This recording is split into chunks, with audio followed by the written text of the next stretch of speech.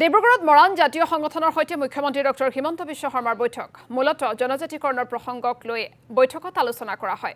জনজাতিকৰণৰ লগতে মৰাণ জনগোষ্ঠীৰ কেইবাটাও মূল দাবীক লৈ বৈঠকত আলোচনা কৰা হয়। বৈঠকত মৰাণ জনগোষ্ঠীৰ নেতৃত্বক জনজাতিকৰণৰ আশ্বাস মুখ্যমন্ত্ৰী ডক্টৰ হিমন্ত বিশ্ব শৰ্মাৰ। উল্লেখযোগ্য যে জনজাতিকৰণক লৈ প্ৰতিবাদ সাব্যস্ত কৰি আহিছিল মৰাণ জাতীয় সংগঠনসমূহে। প্ৰায় ২.৫ ঘণ্টা ধৰি আজি মুখ্যমন্ত্ৰীৰ সৈতে বৈঠকত মিলিত হয় মৰাণ সংগঠনৰ নেতাসকল।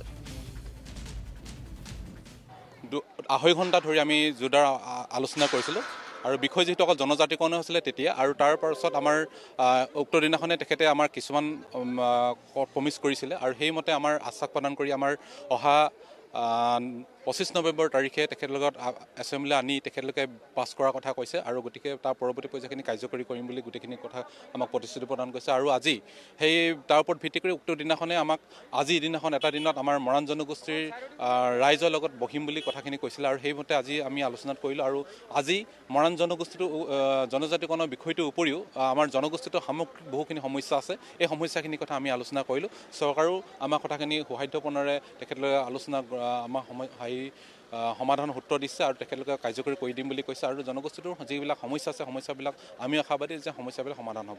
কিমানটোৰ আশাবাদী আজিৰ যি আলোচনা হ'ল আপোনালোকৰ?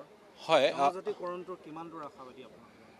আমি যথেষ্ট আশা কৰিছোঁ কাৰণ যেনেদৰে তেখেতে যিকোনো প্ৰকাৰে কৰি দিম বুলি কৈছে গতিকে আমিওতো চৰকাৰ অসমৰ মাননীয় মুখ্যমন্ত্ৰী এগৰাকী মুখ্যমন্ত্ৰীয়ে যেতিয়া আমাক জনগোষ্ঠী এটা প্ৰমিছ কৰিছে আমি শেষৰ বাৰৰ কাৰণে আমি মানি লৈছোঁ আৰু তেখেতৰ কথাখিনি